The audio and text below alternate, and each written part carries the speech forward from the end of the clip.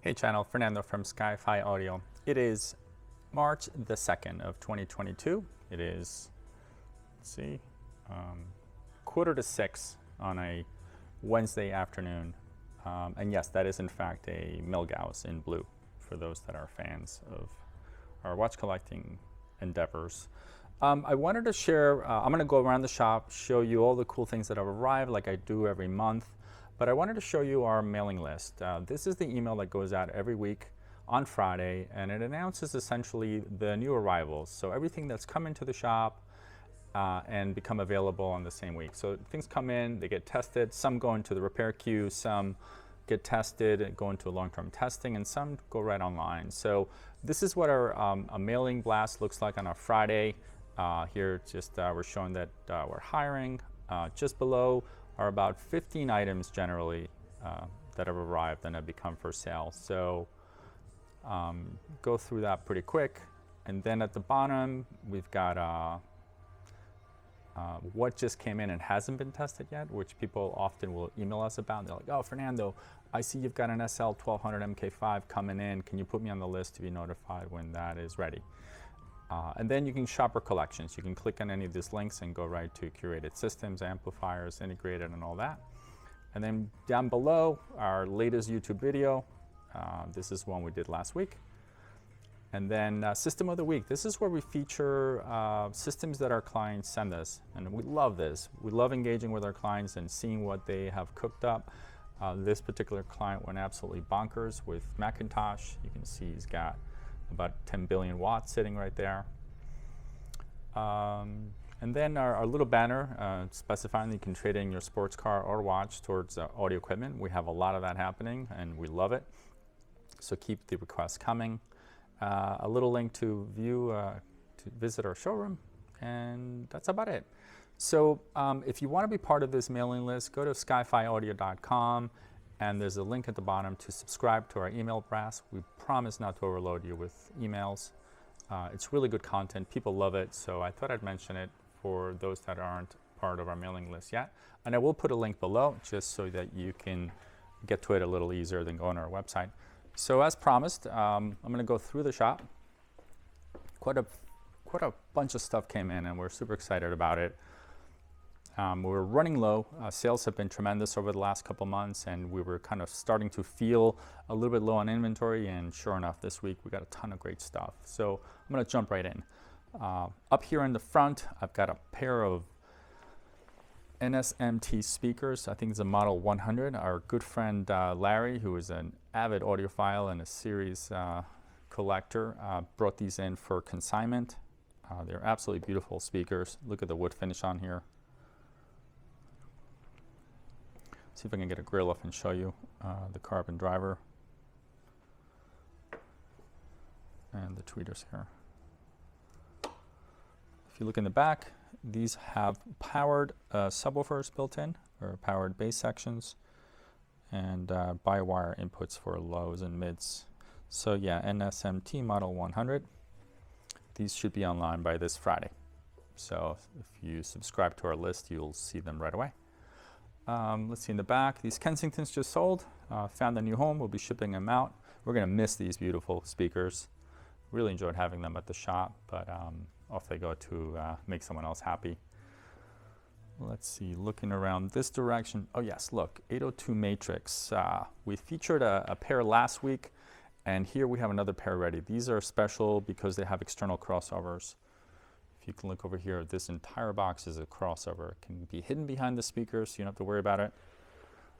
But this is the best way to do.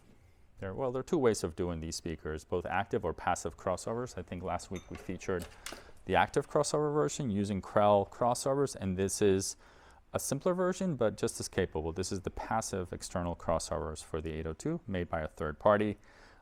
So we should have these up on Friday as well. Circling around.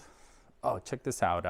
Nakamichi 1002, a 3-head cassette deck. Beautiful cassette deck. I just pulled this out of our long-term storage. I did some testing on it. And sorry about that. And it's ready to go. So Friday, this will be listed on our website. Oh, here's a cool card I just made. And thanks to our friends at Vention. Vention makes an incredible software and hardware system where you can design cabinets and tables and things online, and then they send you all the parts you need to put it together. These are the dollies we use to manage our equipment here. We don't have a large shop, so everything's on dollies. Look at this.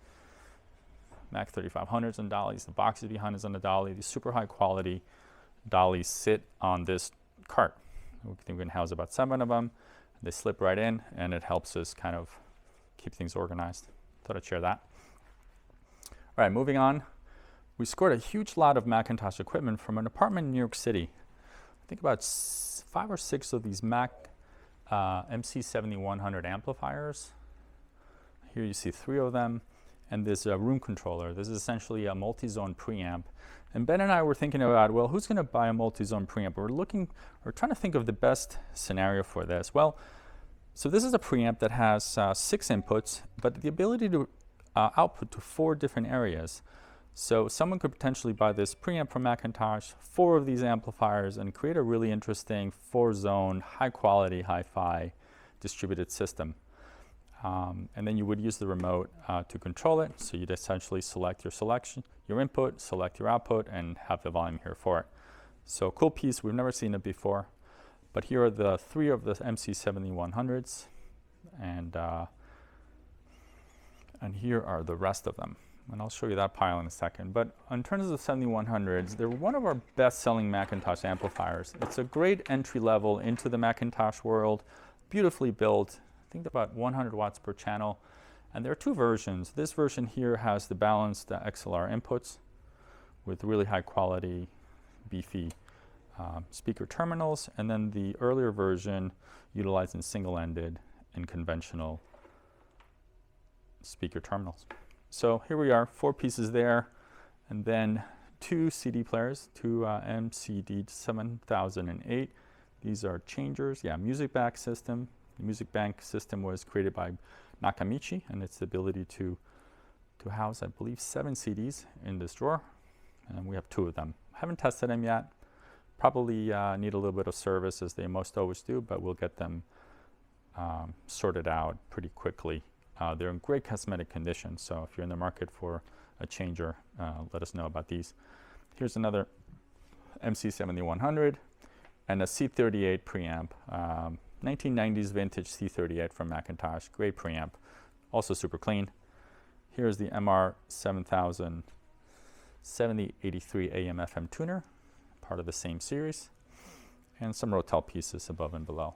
I see it's a Rotel integrated amplifier model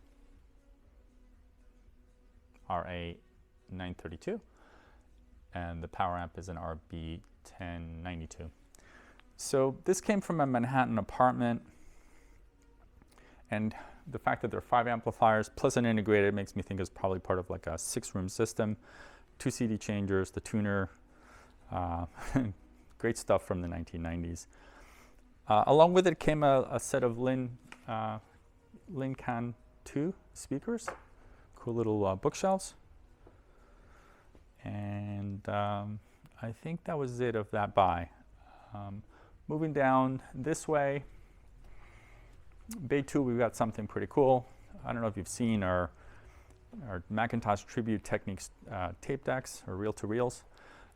This is, that one sold, and we've gotten a second one now from our friends at J. Corder. This is based on the RS 1500. Absolutely stunning machine. If you're a Macintosh collector, this has to be part of your collection. It's really the crown jewel of a Mac system. Look how cool it looks all together. Real killer deck. You can see it's been finished in high gloss panels, Macintosh Tribute livery through the front of it, and the graphics. And you know it's done by J. Corder, so you know it's absolutely top shape for a tape deck. So inquire if you're interested in that. Moving over this way, a few turntables appeared. We have this Avid turntable I've never seen before. It's called the Volvera turntable. It's pretty neat. It's got a Rega RB250, I believe, tone arm, And it's a sprung turntable, which I love. It's sprung on these main springs, plus it has these rubber dampeners on the side for lateral force. Super cool table. Controls are here. And the puck. And then this Thorns TD160 in tip shop shape. Absolutely beautiful. Very well taken care of. This turntable is 50 years old, and it looks like it left the factory last week. So a nice entry-level turntable. We fitted it. We have it. We're going to fit a nice Sumika cartridge for it, and this has already been listed as in our website. All right, this Garage 301 just found a new home. Custom build at SkyFi with a 12-inch Avis tone arm. That's going to a lucky new owner. I believe the Focals also have found the home. These L100s, I know a few of you have been waiting for the L100. Well, I've done the cabinet restoration on these. It just needed a light sanding and some nice oil finish. And I've installed new foam surrounds.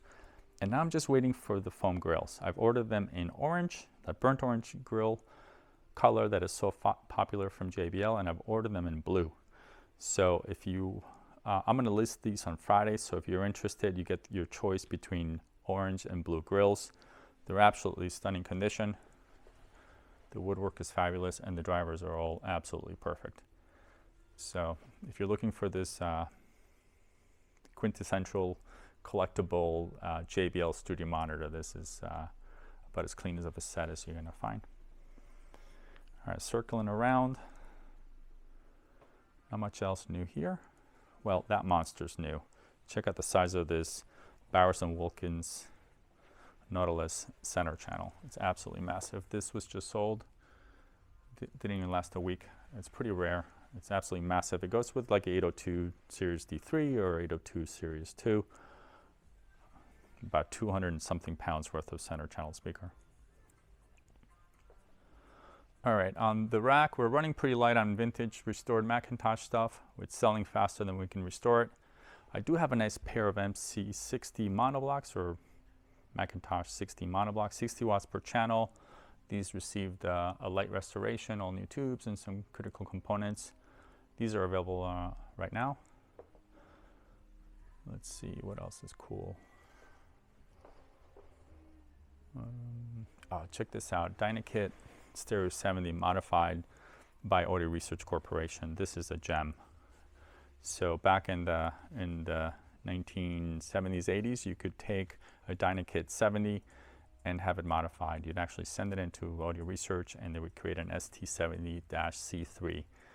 I believe they also sold it as a kit that you could purchase from them to modify it yourself. But just imagine, you know, how good a Stereo 70 is to begin with, and then having some Audio Research magic put on top of that. That's a pretty special amplifier. And this is its cousin. This is its in original form. Actually, not even original. This one's been hot rodded with beefier tubes and a bit more power. So here we have essentially two modified Dynakit 70 stereos. All right, up on the racks. Our Pioneer system is up there waiting for the cassette deck. I did a video just on the Pioneer Spec series. So that's just waiting for a couple more pieces before we sell it as a system. I know a couple of people are on the waiting list for that. So once we're done, we just go down the list. We call the first person, then we call the second person. SP3, this was an in-house restoration of Audio Research SP3. This just sold. It's going to Dubai of all places. Super happy when things go internationally. It adds a fun dimension to what we do. This is a Marantz Model 7 I restored for a friend of mine. And just a nice mix of 70s, 80s, and 90s Macintosh stuff. Oh, up on the lift, those with a sharp eye will realize that's a Lancet Delta Integrale in Verde Blue, special edition. Let me give you a better shot of it. This has been in the family for about a year now, and I had to make room in one of the garages, so it got moved here. So, super cool car. All right, moving on to our racks. you know, this is still here, and I'm surprised. This is an MC2500 in the absolute best condition that you'll ever find. Big, powerful amplifier. This is the sort of amplifier that would have been used possibly in a concert setting in the 1970s. And the top dog back then for residential use as well. All right, in here, oh, we've got a pair of cello monoblocks that are going to come up pretty soon. We finally sorted through a pair. We had 4 units in total, cello duet amplifiers, and we were able to take the best pieces from all 4 of them and create a really super duper single pair. So these are, I think, 250 watt monoblocks from cello. Great, great amps. So those should be ready pretty quick. Let us know if you want to know about it. All right, circling over to our test area. Let's see, a Kai 747. This one didn't even make it online. Our Realty Reels sell almost immediately. Someone got a wind of the fact we had a 747 and it sold immediately. I'm doing the last bits of maintenance on it. These have motorized belt tensioners or tape tensioners, which often fail. So I'm waiting for parts on this guy. These use ceramic heads, which really have very little wear, so it's a real safe buy. If you can find one of these that has been serviced, or at least that has the belts been addressed, these are very reliable tape decks. Let's see what else.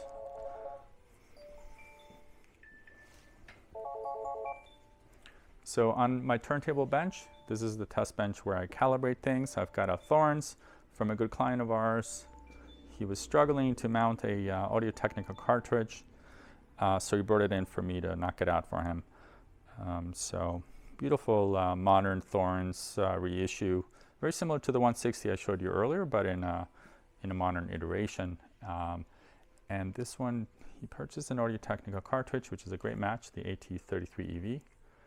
And I'm just going through the calibration process. If you don't know it, it's a fairly involved several hour process that I do here for turntables in this custom-made rig. Okay. Also new arrival, this Conrad Johnson GAT preamplifier. Never seen this model here in the shop before. Absolutely stunning. Tube line level preamp in very, very good condition. A complete set, remote, manual, just about everything that you'd want with it. And there's not a single fingerprint on it. A little bit of dust here under the tubes, but other than that, absolutely immaculate. This SP8 is almost ready. I know Ben's waiting on a few other parts. We did some switch service, some new tubes. Looks like we changed some capacitors. This guy's almost ready to go. A VT100 from Audio Research, waiting for parts on that one. And let's see, we've got a pair of MC30 monoblocks or MC75s. Those are part of a long-term restoration. I think we're also waiting on some parts for those. And if you can't afford the GAT preamplifier, here's a nice alternative. It's Conrad Johnson, I think it's a PV10. Circling around, let's see, Ben's working on testing the first of the MC7100s. It's a good chance to get a look at the construction. Look at the size of this toroidal transformer. The caps are here. Heat sinks are internal. And the transistors, looks like 4 per side, are mounted opposing each other. And there's the audio circuitry. So really, really great construction. I can see why these sell so well. Obviously, it's a McIntosh glass that's backlit. It's also a very good-looking amplifier, and not too big. It'll fit on most racks. On my bench, looks like I'm in the transitioning between things. I've got a CR7A still waiting for final test and calibration. These sell super quick. I just can't stay on top of it, but that one probably still needs a few more weeks. And I think that wraps up everything here at the shop. I appreciate you watching, and I'd love to hear from you. More than anything, I'd love to hear about the systems you've got at home. So if you'd go through the trouble and submit, our website has a place, or you can just email it directly to us, and I'll put a link also in the description. I'd love to see what you've got for a system at home. So feel free to send a picture. We feature one in every email blast that we do. So if you'd like to share it, please do. We'll certainly give you feedback if you want, or tell you what great components you could add to it, or just share it for the fun of it.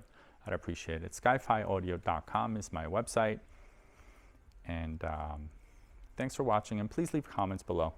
I'm sure I've made a bunch of mistakes in this video. I probably got a couple model numbers wrong. Do feel free to correct me. I also try to answer all your comments. You'll see that we put a lot of great care into making sure that we acknowledge every effort from your part. So please chime in, be part of the conversation, and thanks so much for watching.